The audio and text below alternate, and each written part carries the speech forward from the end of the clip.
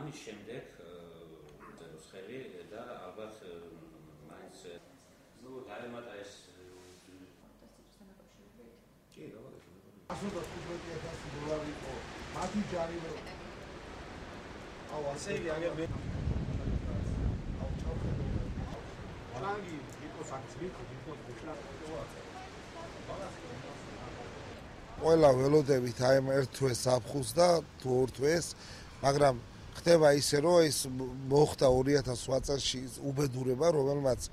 დღემდე ჩვენ კიდევ ამ უბედურების გამომდინარე რომ ვიტყვით პრობლემების შეგვიძლია დღემდე მოყოლებული იქიდან იყო დახმარება იაფი კრედიტთან დაკავშირებით მაგრამ ამ იაფი კრედიტმა პროგრესის პრობლემები ვერ მოხსნა ვერანაირად იმიტომ პროგრესის ბანკმა თუ იაფი კრედიტი ჩვენ სახელმწიფო მოგცა პროგრესის ბანკმა ეს ყველა იაფი კრედიტი გააორმაგა და გაასამაგა. იყო შეპირება წინა ხელისუფლების რომ გამოცხადდებოდა ფორს მაჟორი და აი ამ კრედიტორებს ყველა შეუჩერებდნენ კრედიტს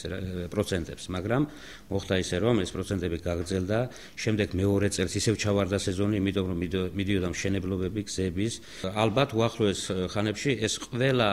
რამოდენიმე ეტაპათაა დაყოფილი ეს მშობა, პირველი ვინც ეხლა უნდა გამოასახლონ, აი გამოსახლების ზღვარზე როა ის ადამიანები დაკმაყოფილდებიან. მეორე ეტაპი მოდის უკვე